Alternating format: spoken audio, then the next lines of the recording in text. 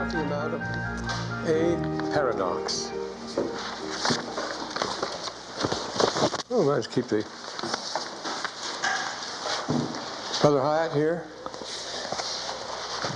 Where does the word paradox come from? What does it mean? It's a paradox. We use the word a lot. Paradox would be a... Right. I know you're thinking because it has a double meaning, actually.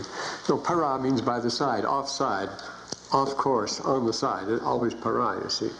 Like paramilitary or paramedics. They're not all the way medics, they're not all the way military, they're para, you see.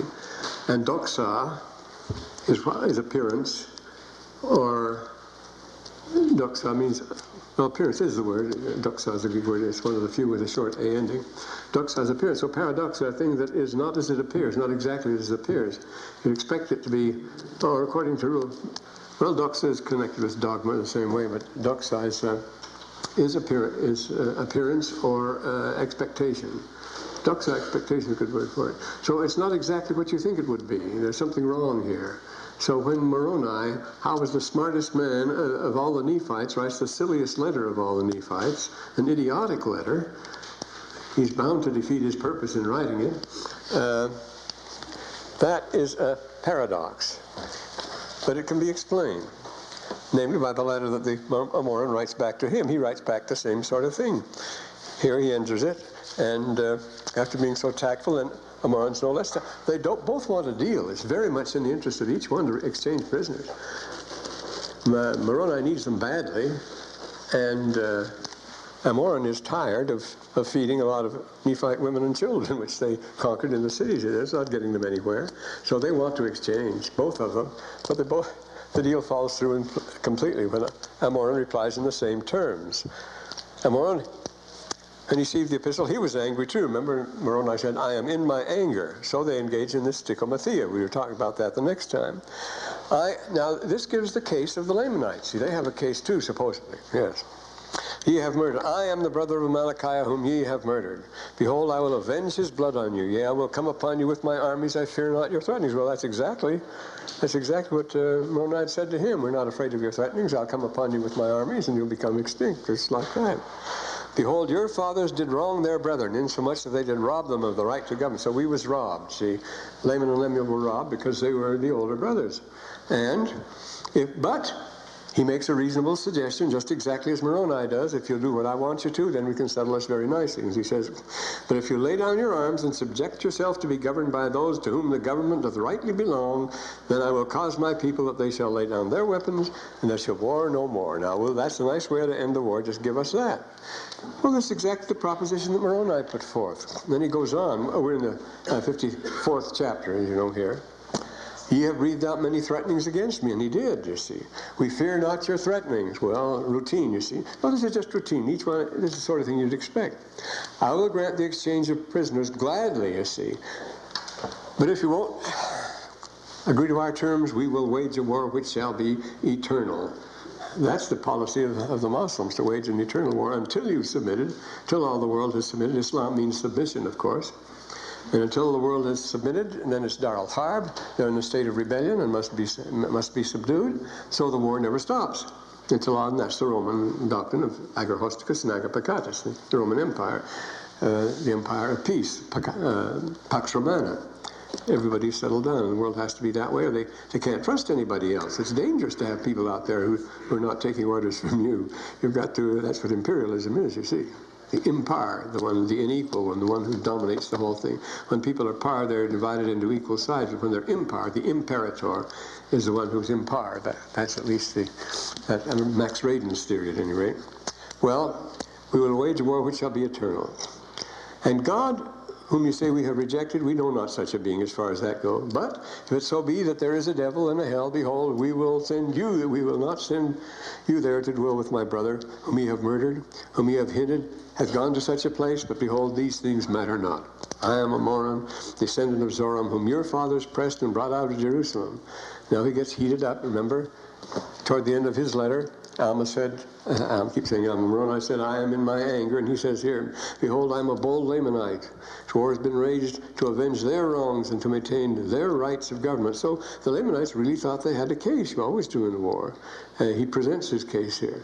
And he ends up there. No, we're angry. Well, now we say, there's a paradox. They should write such. But this is really a formality. We haven't talked about the language of the Book of Mormon, but it's formulaic. You notice it follows in formula. He used to make fun of the many times it came to pass is repeated. Well, in Egyptian, you have to begin to sentence. There's some writings, like the story of the two brothers, or the story of the foredoomed prince, in which every sentence begins with the formula, it came to pass, you see. It came to pass after many days, and it came to pass after Herokin. It came to pass after many days. It came to pass. Every sentence begins that way.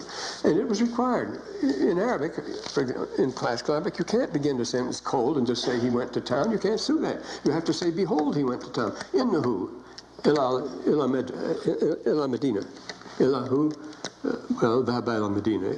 Verily he went to, or you have to begin with and he went, and something. But you just don't begin a sentence that way. You have to begin with a soften people up, with usually inna.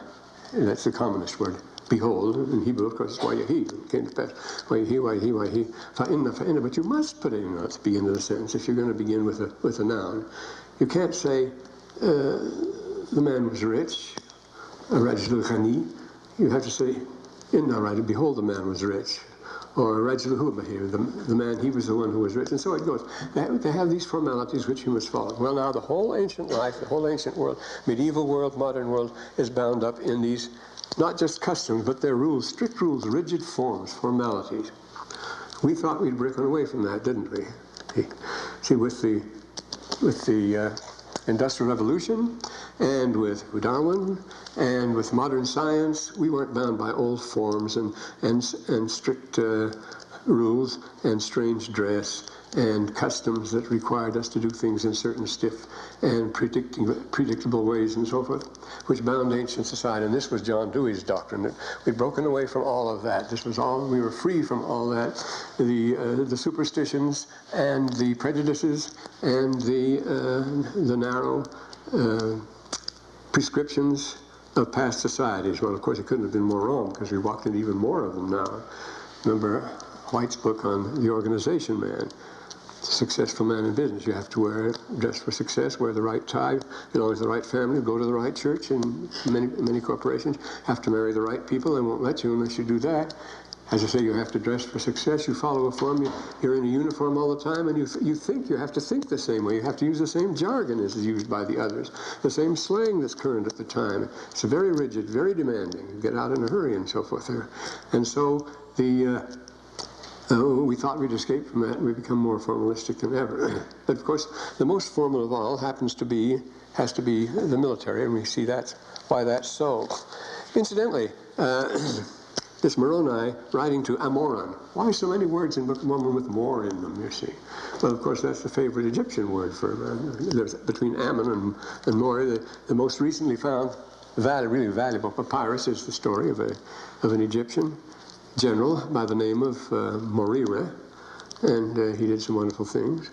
But and it has some supernatural elements in it too. But this is a very, very common. I mean, the Egyptians used all of it, but because it means beloved. It means good, it means everything nice, desirable, Morira, and so you say Morianton, or Mori-Ammon means beloved of Ammon, things like that. And so Moroni, Morira, that's the Vandier papyrus, published in 1985, quite recent. A very interesting story about this general who lived back in very early times. Well, so this military behavior is the most really rigidly formalized of all. Notice the Book of Mormon, everything is so formal, but I say we are just as formal to do these things. For one thing, it's a great saving of effort, isn't it? It's a great advantage to have things formal, to have the grooves already marked, to stay in the grooves, but there's a danger to that, you see. Now, the military is a good example there. Again, we have it here, especially in the case of the 2,000 young men, the 2,000 sons of Helaman. Military behavior is the most rigid, the most formalized, and the most traditional, and it must be, and it is here.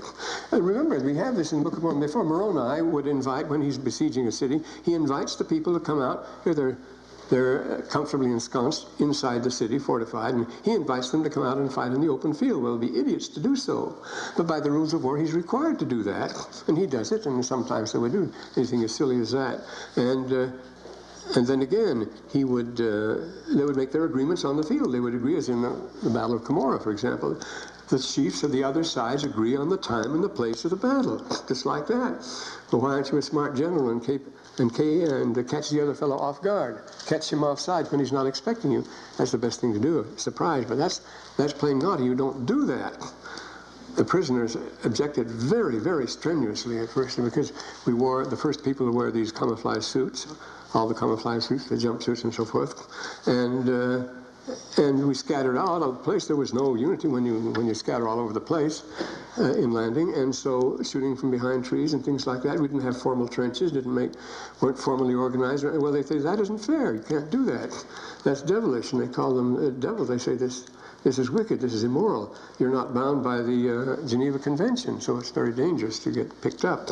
They didn't like that. They said, you're breaking the rules. But as we say before, if you're going to start fighting, forget about rules. The only thing to do is to win in that case. But the thing is, but it has to be. These unbreakable rules, these traditions, this iron discipline, because nothing is more dangerous, an unpredictable animal than an armed band.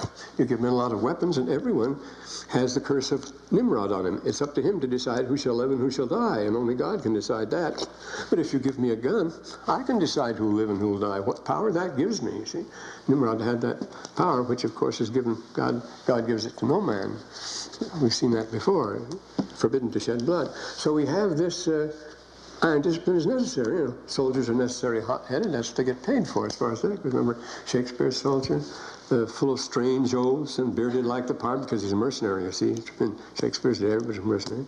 And bearded like the pard, he says, jealous of honor and quick in quarrel, seeking the bubble reputation even at the cannon's mouth, impetuous, fierce. And of course there's a lot written about the swaggering, the braggadocious soldier. The earliest Roman comedy we have is Miles Gloriosus, the Plautus. The typical, he's a Roman soldier, but he swaggers around, and he's a dangerous person because he has to show off all the time, and really he's quite a coward, just like Falstaff. See, Falstaff is the immortal soldier of fortune who goes around on either side as far as that goes. Prince Eugene, the greatest general of the 18th century, fought on either side, made no difference to him. But so in this case, you have to have this absolutely iron and rigid discipline. You didn't need it with the 2,000 sons. That's an interesting thing, you see, these agreements on the field, this formality. But not only are armies unpredictable, but remember what Clausewitz said. Of all human activities, none is so completely under the control of pure chance as war. Pure chance. Nobody can decide in the end. And that being the case, you see, if it's so rigidly under pure chance, what are we to do about it in this case? There's this uncertainty. Well, one rule is, whoever goes to war doesn't know what he's doing. That's literally true. If you go to war, you don't know what you're doing, because war, more than anything else, is under the domain of chance, pure chance. You never can tell how it's going to turn out. Whoever figured it out right, how it was going to turn out? These awful things. They thought the war would end at Bull Run. They thought it would end at Charleston and so forth. And it went on for nearly 5 years. Terrible things, the Civil War. Always just predicting when it would end. Well, and so it is here. But most armies are very hard to regulate, and so they break down. And as soon as looting begins, no army has any control at all. Pillyville is a good example. Pillyville in Paris, we won't go into that. But see, you can't keep soldiers from looting, and they don't pretend to. They will always pick up something. In the British Army, it's a scream, though. They have no discipline. In the field, you can wear anything you want, do anything you want. That's just that. Because after all, the soldier is free. He's armed. He's as much as armed as the general is. He can do his own damage, you see. You get not only the barbarian hordes and so forth, and see when the Roman Empire broke up, all of Gaul suddenly was taken over by Bagaudae. These are free raiding bands that would go around picking things up when they're bad. This is the thing you look forward to, the Bagaudae, and later on, the terrible 14th century, of which Froissart tells us all about, you have the free companies. Everywhere you had free companies organizing themselves about this person or that person, some leader, and then they'd go through the country looting and pillaging and taking what they want. Sometimes he would settle down, take a castle, and set himself up as the lord there, and many a great house was started that way, just by freebooters, and of course it was the condottieri in Italy. The same thing all through the Renaissance, all through Shakespeare's time, and so forth. So you have these free companies are early, then you get the condottieri, you get the earlier the times of the Gaudi. Their traditions, they go back to the old barbarian tribal raids and so forth, raiding each other. But it's all very unpredictable and so forth. And you have to have this iron discipline. And the worst of all was the Roman army. Well, now, to get the great Roman Empire, you had to have a real iron discipline, and they did. It was their great army that did everything, you see. But look, more than half the emperors were deposed by the soldiers and put in by the soldiers. The man who promised them the most pay got elected emperor, and they proceeded to wipe out his predecessor. This happened not once, but more than 30 times. It begins right at the beginning, you see. You start in already, the army, after murdering Elagabalus, it's the Praetorian Guards, the most trained of all, the emperor's personal guard, they rampage through the palace and find Claudius hiding in a closet and make him emperor. He didn't want to be emperor. And then you go down the line, they get in an intrigue with Livia, they get Nero out of the way. He wasn't doing them any good. And then came 3 men in a row, Galba, Otho, and Vitellius. Each one was richer than the other, and each one promised the army higher pay than the other. So Galba was rich and promised them high pay, so they put him in. But when Otho promised them more, they put him in. And Vitellius was extremely fat and extremely rich, and he promised them a lot. And they murdered his processor and put him in. And then this goes on. You get this when Decius gets rid of Philippus Arabs, and when Philip himself gets rid of Gordians, and when the army gets rid of Elagabalus, and then they get rid of Antoninus Pius, who was a very good emperor, always for this same reason. There's a long list of them. And, well, so it goes on, Commodus, and they get rid of some obnoxious ones too. Caracalla, they got rid of him that way. And so it goes. Well, when the most dangerous thing of all, you see, it's a dangerous thing as far as this goes, because so we have this very interesting case of the 2,000 sons. There have been such things. Now, oh, incidentally speaking, I just remembered here, and just wrote it down this morning, the typical exchange of insults before the battle is literary, and it's a device, and it's a common. I mean, it is required in epic literature, but it was really done.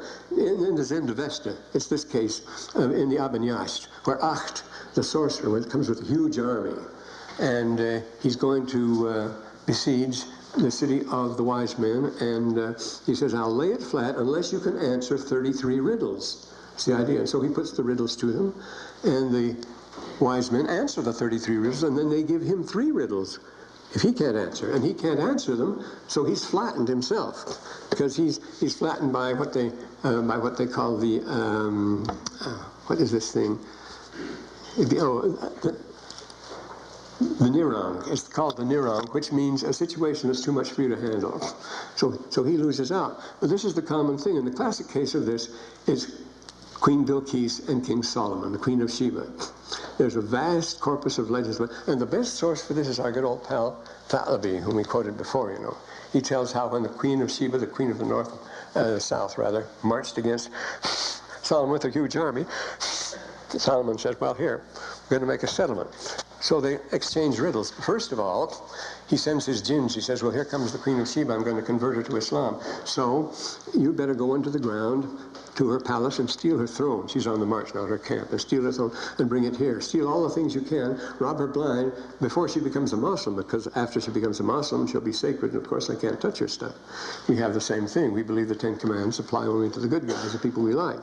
They don't apply to the people we don't like. You see, thou shalt not murder, thou shalt not lie. Well, if you don't like the person, that's different. But, and that's what King Solomon did. He wanted to plunder Sheba. When she came up, she had some riddles for him, and he had some riddles for her. So they exchanged riddles, and she won. She made a monkey of him. And the same story is told, well, that's the Shunammite in the Old Testament. This is the tradition. It happened, the story of Croesus and Tamaris. Cyrus was the great king, the conqueror of the world, you see. Cyrus, there was one nation he hadn't conquered. That was the Massagetae far in the north. And she was under Queen Tamiris. Queen Tomira said that, so he went up. He had to be the last one. She asks him not to do it. She says, it'll be foolish. You'll destroy yourself if you do this. Vanity, God doesn't mean that one man shall rule all the earth. So she invites him to a banquet. Well, he had tricked and murdered her son. Well, it was in battle anyway. But at the banquet, they exchanged riddles.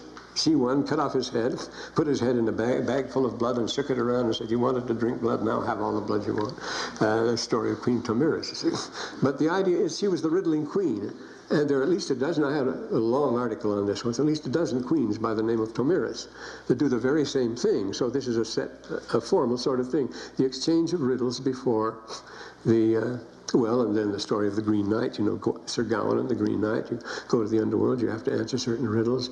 In other words, they put the riddle in the place of the battle. The reason they do this, you see, is the stichomathia is the basic idea to absolve the ones for the crime and the plunder you're about to commit, you see.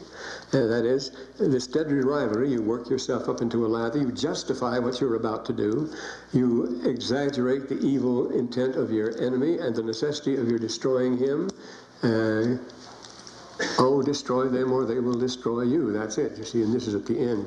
This is what Ammon talks about. Remember when he went out to preach to the Nephites, he said, to the Lamanites, he said, well, you're crazy. The only way to deal with those people is to destroy them or they destroy you. But Ammon wouldn't have any of that. But this is the idea. You have to do this to work yourself up. On the other hand, is maybe you can avoid it. You have your misgivings, a very expensive thing. And since war is all chance, you may lose. So why not settle it a different way? How about a war of wits anyway? It's all a war of wits anyway. The chieftain, the smartest chieftain usually wins the battle. It's a war of wits anyway you look at it, so why not play the game of chess? And that's why chess was invented on the steppes of Asia by the constantly raiding tribes. Central Asia is a land that has no natural boundaries, so everybody's always raiding everybody else and trying to determine who's infringing on who else's tribal boundaries. This is especially so in Arabia, as we see in that great work, the Beni Hillel, the epic of the Beni Hillel, much like the Book of Mormon in these wars things, very much like it. But the idea is there's no boundaries, and so they're always raiding each other. Well, that's very expensive, because when you win, you're supposed to exterminate the other side. Well, they did that. Genghis Khan started out doing that, but he found that that was very wasteful. Why not have the other side just submit to him and add to his army? And that's what happened. And so he rolled up a tremendous force and was able to conquer Europe, conquer everything. He was the greatest conqueror of them all. Because of that, you see, he would let them go. So here we have these people say, well, let's play a game of chess instead. And the winner take all, and the winner does, see. The king is checkmate, he's shakmat, you see. Shakmat means he's dead. Machas in all Semitic language means dead. The shakmat means the chief is dead, so you take the army, you pick up everything. You pick up the pieces, you don't wipe them off the board. You want to keep as many on the board as you can.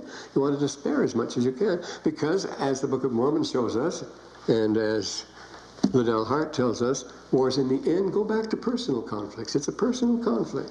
And if a Moron has got out of the way, if you get rid of Amalickiah, remember when Amalickiah was dead in his tent, people woke up New Year's Day, war was over as far as they were concerned.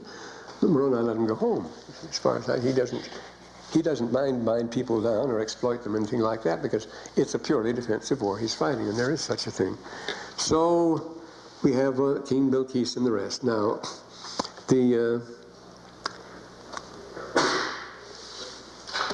Now, every soldier is bound to ask questions again, and this is another thing, you see. And the main thing is that they should not ask questions. There's not to reason why. You always know the story of the 500 and so forth in the Crimean War. There's not to reason why, there's but to do and die. But there comes a point when you have to reason and ask yourself the question, is his property worth my life, you see? Is defending his property worth my life? And that question comes. Remember, for 15 pennies is what you can do. I've had my 14 pennies worth today. I'll accept the 14 pennies, but I'm not going to risk my life anymore today, he says. Well, so that is Moroni's challenge to power, and after all, he says to them, remember, is this going to go on? Can you sit on your thrones and stop the stupor, surrounded by thousands who are not doing anything at all, but living it up? This was the picture at Zarahemla. He says, while we out here are suffering, you're not even supplying us with food, you're not giving us anything. This letter we're soon to read here. He says, well, that's the idea. The soldiers, in the end, kicks over the traces. He's not the government. He has no right to write this sort of thing to the heads of government. Moroni, again, no. But he, of course, he'd been given great powers. But he challenges he challenges Paveron in this very idea. So, and as Clausewitz says, a common soldier is expected to make the self-sacrifice. He doesn't expect any promotion or anything like that. In the British Army, a common soldier can never be mentioned in dispatches. You have to be an officer to be mentioned. You might save the day or win the war, but you will never be mentioned in the newspapers or dispatches unless you're a member of the right family. It's all families. Remember Sir Miles Dempsey coming out? It's a lecture on that. Well, a good example of that is at Eindhoven, where that's the beginning of Philips radio. It used to be the biggest radio in the world, you see. It began at Eindhoven in Holland. Well, that's where we landed, and from the air. And here near Eindhoven was this big house in an estate with a long brick wall around it. It was a huge estate, and it belonged to Philips. Also, Kipnis, who was the head of our three-man team, was quickly reduced to a two-man team, but Kipnis was, he was related to the great Basso, Alexander Kipnis. But he could get anything. Boy, what a wheeler dealer from Chicago there. So right away, quick, we got Philip's own private car.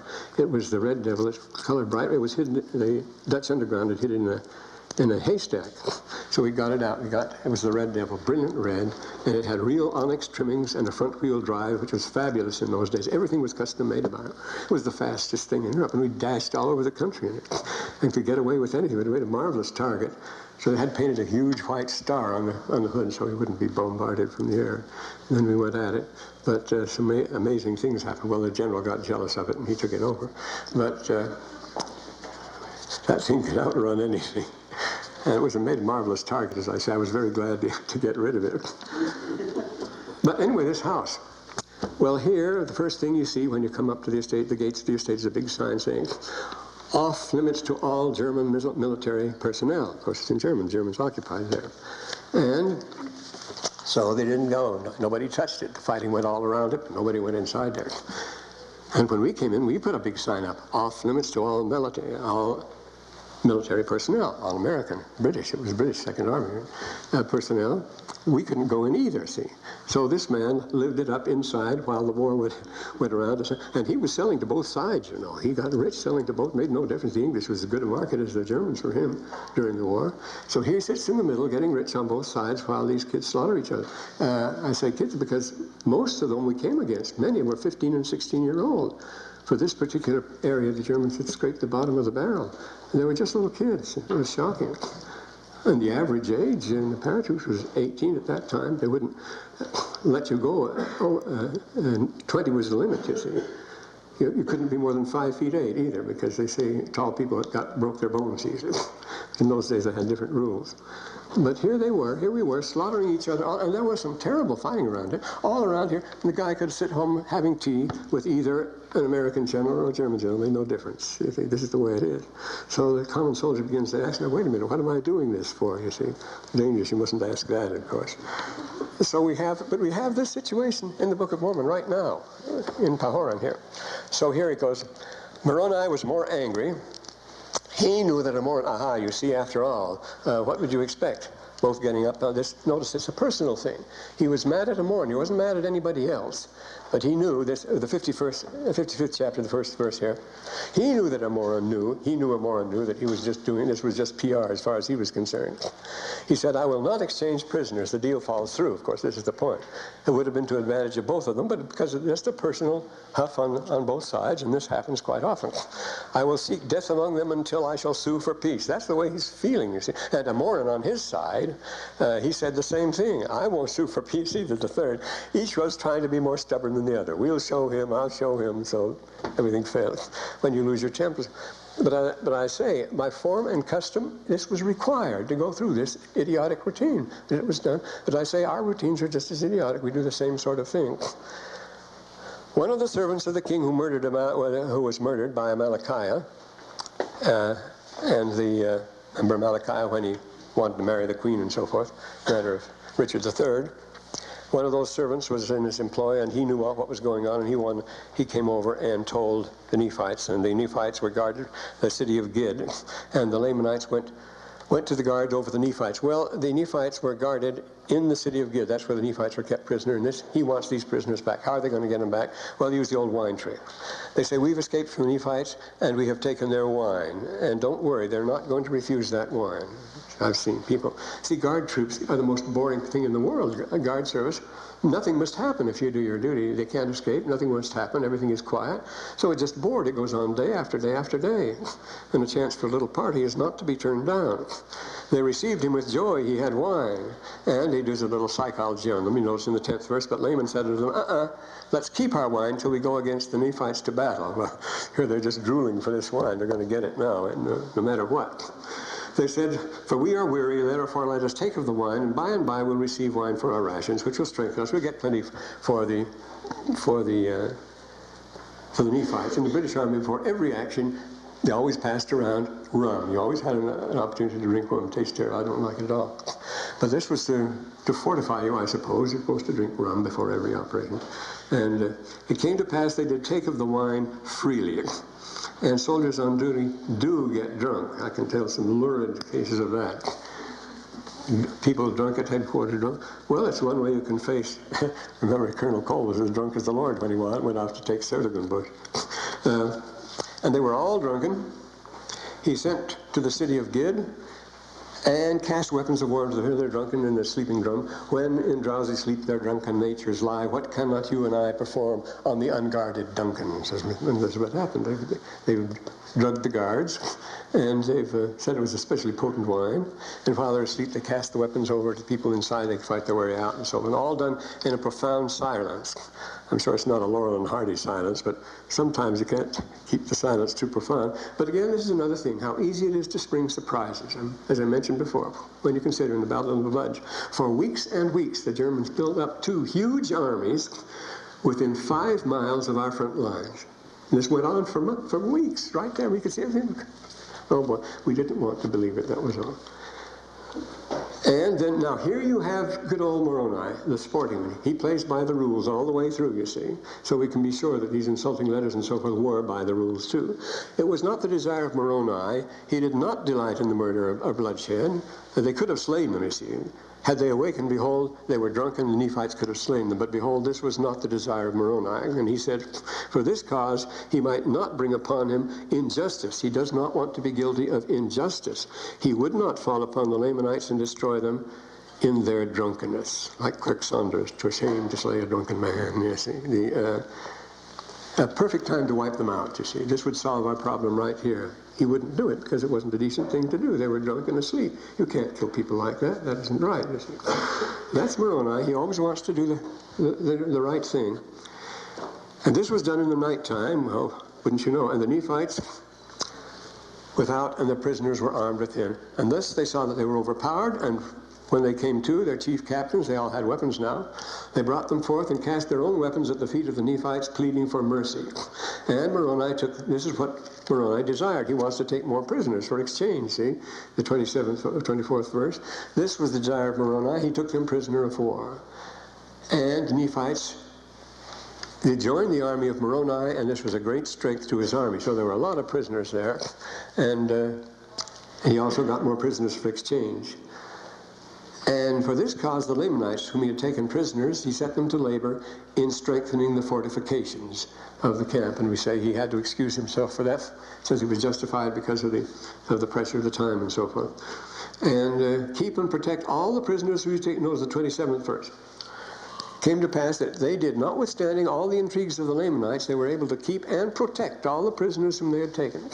They protected them as well as keeping them. See, and the Nephites began to be victorious. And many times the Lamanites attempted their tricks, and many times did they attempt to minister there. See, they tried the wine trick. The Nephites were onto that. You adopt very quickly, you see, when they try to pull a second time. Remember the well-known maxim, if he fools you the first time, he's a rascal. If he fools you the second time, you're the rascal. In fact, this is an old maxim too. They could not be taken with snares, not anymore. No poison, that wouldn't do anyway. And the Lamanites had fortified the city of Morianton and made it exceedingly strong. Well, now, this is a stalemate, and you can't allow a stalemate, you see. There is one rule in the German army, and that is, the first rule for German officers is, it's better to do the worst thing possible than to do nothing.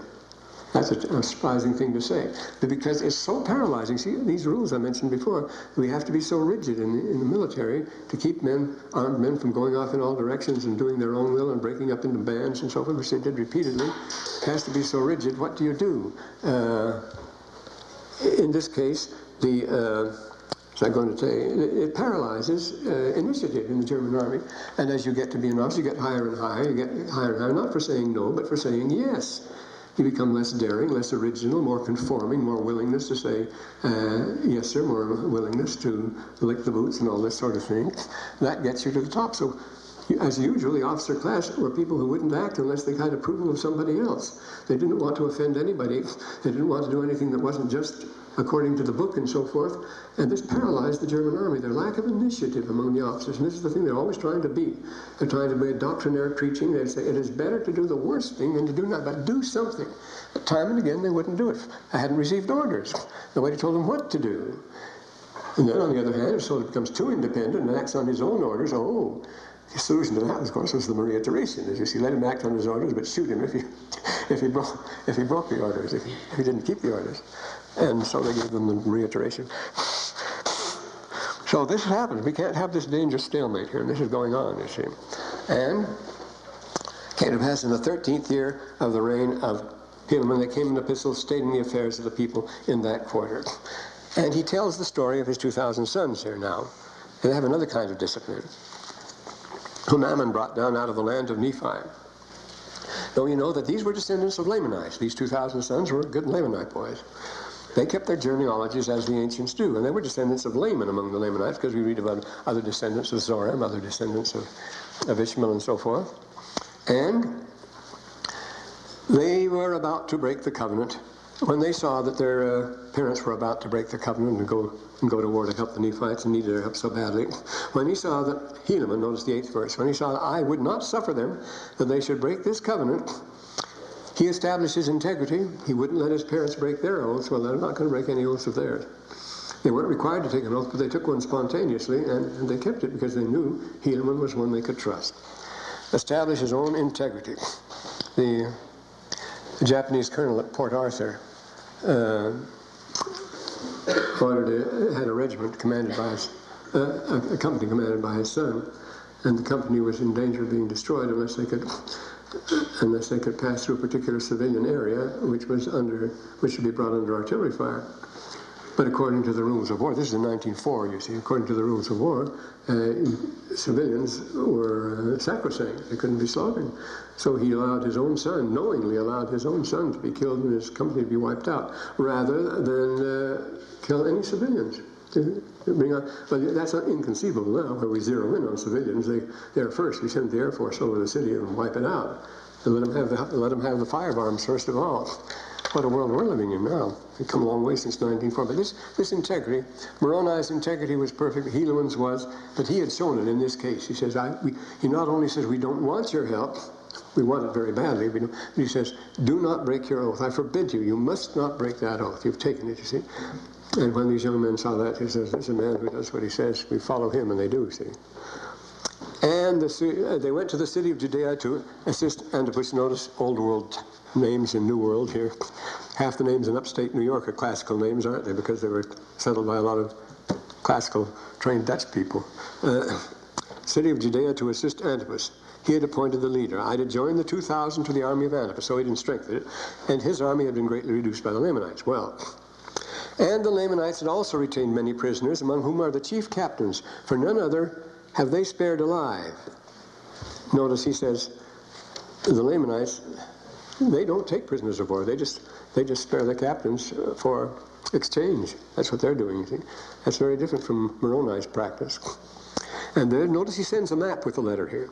These are the cities which the Lamanites have obtained. Of course, in a thing like that, you'd have to send a map, a situation map with him. And he lists the cities, Manti, Zeezrom, Kumeni, Antipara, Judea, quite a list, you see. Antipas and his men toiling with their might to fortify that city. And they were, now this illustrates another point of Clausewitz, this next verse, 16th. And they were depressed in body as well as spirit, for they had fought valiantly by day and toiled by night. They had to work by night to make up the fortifications that had been cut down, and they had to fight all day. And thus they suffered great afflictions of every kind. Now notice Clausewitz says, spirit's not the same as morale. Their morale was low, but they were determined. Now they were determined. This little force gave me great hopes. They were determined to go on fighting. Their morale was high, you see. The spirit was low. They were wiped out. They were exhausted, but they weren't going to give up. That's the difference between morale and spirit here. Spirit is the alone, first alone battle and that sort of thing, you see. And the Lamanites saw the orders of the Moron not to come out against Judea. Moron told them to lie low and not do anything against Judea, but they were favored of the Lord, and that's, here again is a case of chance. The Moron was foolish not to have commanded them to attack then, but he didn't. Chance plays a great part, and this saved our necks. He says they have perhaps they might have destroyed our little army if they'd attacked then. Then was the right time for him to do it, but he didn't do it. Hooray for us. And so war is, as Clausewitz says, a game of chance. And we were desirous the Lamanites would come upon us, for we were not desirous to make an attack upon them in the strongholds. Well, Clausewitz again, the defense position is always the strongest. We wanted them to attack us. We didn't want to attack them. Though you would think war until Clausewitz's time was always attack, martial attack force and so forth. So we spent a reconnaissance to find out what the situation was. Therefore, they were desirous that they should pass by us to fall upon them in their rear. Now, one of these things, and they're in a quandary. They durst not pass by with their whole army. See, good old Moron is boxed in now. He has the strongest army, but he has minor forces on every side he's going to move in. You can analyze it here. They were brought into us many provisions, and while they were waiting there, he didn't know what to do, so they were waiting. Meantime, they're receiving reinforcements. Provisions, they got 2,000 more sons here. From the fathers of those, my 2,000 sons, they sent provisions. They wanted that more than anything else. And now 2,000 men were sent from Zarahemla to join them. See, 2,000 more. And the Lamanites, to see their forces increasing, began to get very nervous. The 29th verse here, they began to be fearful. And so we got to put a stop to this. And this gives Helaman the idea how they're going to break the deadlock here. They began to be fearful, and they began to sally forth trying to stop these supplies from coming in, to put an end to our receiving provisions, in the 29th verse, you see. And then Antipas ordered that I should march forward with my little sons. Calling them little sons is interesting, isn't it? I know some of you are taking Russian here. Dicha, the Russian colonel, always calls, not only in the novels, but in the army today still, is Dicha, little children. That's what he always calls the men. They're Dicha, they're little children. We call them boys and things like that. But that's been traditional for hundreds of years. And it's the same thing here. He calls them his little sons. He uses a caritative, he does. In English, we have to use the word little with everything. But other languages has these caritatives, these diminutive forms they use that we don't use. We put line and shen on the end and things like that. We don't use that. Let's say other languages are rich in these. That's one of the things in which English is impoverished. These things, but you obviously have to use their little guy, little this, little that, and so forth. But they have a special word for the little one. Well, anyway, little kids, if we carry provisions to a neighboring city, they're going to act as if they were carrying provisions. This is just a provision force. That's all it is. We're not military or anything like that. They start marching along the coast like that, so he knows that they'll come out and try to stop them. That's what they're going to do. And then he can play that old trick and have somebody follow them, you see. The city of Antipar was stationed, the strongest army of the Lamanites, too strong to be taken, like the city of Munich here. And so they saw this band going along the coast with provisions. In the 36th verse, when they saw them, they too good to lose. You can't let them get away. So they chased us, and we ran away in front of them, always northward, and thus would we lead away the most powerful army of the Lamanites. They thought it would have been a pushover, an easy thing, get this out of the way. Yet, to a considerable distance, insomuch that they saw the army of Antipas pursuing them, yes. But they didn't stop for the army of Antipas. They were the strongest. They kept right on after us. That would be the best thing to do. And then it was night. They didn't overtake us. What we did, we marched around behind them to where Antipas was. Before dawn, the Lamanites were pursuing us again. Rather, they go ahead again. They were not strong to contend with them, so they kept, I would not suffer them to fall into our hand. Our little sons, notice he calls them my little sons, should fall into their hands. Therefore, we did continue our march, and we took our march into the wilderness. It's a running away now. Nobody dared turn either direction. They were all going. The 2,000 big Lamanite army and Antipas' littler army that was chasing them, all in a beeline up the coast, and nobody dared turn to the right or the left. It just kept going. And we did flee all day into the wilderness till it was dark another day. And that kept on the 3rd day of the 7th month. And then he said, how about it, kids, if you had enough running away? And they would do anything rather than run away anymore, because they hadn't come out for that, you see. They had enough of that. And when he unleashed them, therefore, what say ye, my sons, will you go against them to battle? He really unleashed them. In 56 and 56, there's something about that, you know. Well, it's in this very chapter itself, in the 56th verse, you say. They fought with such miraculous strength. They did frighten the enemies here. And the seasoned Lamanite soldiers had never seen anything like this. Well, this is what happened in 1948 in Israel, see. Those kids, Jewish kids, that could never fight because they were always the underdogs, whoever they were and so forth. And they'd been underdogs so long, they were completely surrounded by our huge Egyptian force, huge Syrian force, everything coming in from all directions. And they just wiped them out. I mean, it terrified them. These soldiers had never seen anything like that. They were absolutely dedicated. And that's what you have here. They fought with such miraculous strength. They did frighten them. They frightened the Lamanite soldiers. For this cause, they delivered themselves and say, I give up. We can't fight this. They said, you can't fight City Hall. We can't fight this. And this is why, therefore. And he tells them why they didn't. He talks about them. Never had I seen so great courage. God would not suffer that we should fall. We would not slay our brethren if they would let us alone, he says. There's no rancor here. Good old sporting Helaman. He's even more strict on this than Moroni is. Well, they'd never fought before, but they'd rehearsed unto me the words of their mothers. They told to me what their situation was. And a terrible battle had commenced. When they came up behind, the battle between Antipas and the Lamanites had already begun. The enemy was already engaged, and so they're attacked from the rear now, and the army of Antipas was exhausted, just about to give in, and Antipas had already fallen, and they began to fall and to give away, and the Lamanites were pursuing with great vigor. And that was just the time for Helaman's force to strike from the side. Of course, it's exactly what you do. You hold your cavalry away on the side, you see, Alexander's in Caesar's pet way. You have a block of elite troops on one side. You have the Hytaspes of Alexander the Great, and the golden shields. They would come in when the battle was going this way or that way. Just then was the time to hit with that, you see. It hit like a thunderbolt, and that made all the difference. See, it's just the timing. You always have to hold something in reserve. And at the Battle of the Bulge, we didn't have anything in reserve. We didn't even have a filing clerk in reserve. We had nothing. Being surprised like that. At the same time, the Russians had 85 divisions in reserve, mind you. They saved our necks time and again. That's all I was doing. Well, and after the battle, so they delivered them up to prisoners of war. This was Moroni's policy. He surrounded them, insomuch they were compelled to deliver up their weapons of war and also themselves as prisoners of war. And not one of the 2,000 had fallen. They'd fought with such miraculous strength that frightened the enemy. There was no place for their prisoners. What could they do? So they sent them to the land of Zarahemla. Now, it came out that I received an epistle from Moron. Moron wants to make another prisoner exchange here. We're not getting anywhere. We're getting stalled now with prisoner exchanges here. If I would deliver up those prisoners of war, which they'd lost in that battle, we would only deliver them on a prisoner on a certain basis.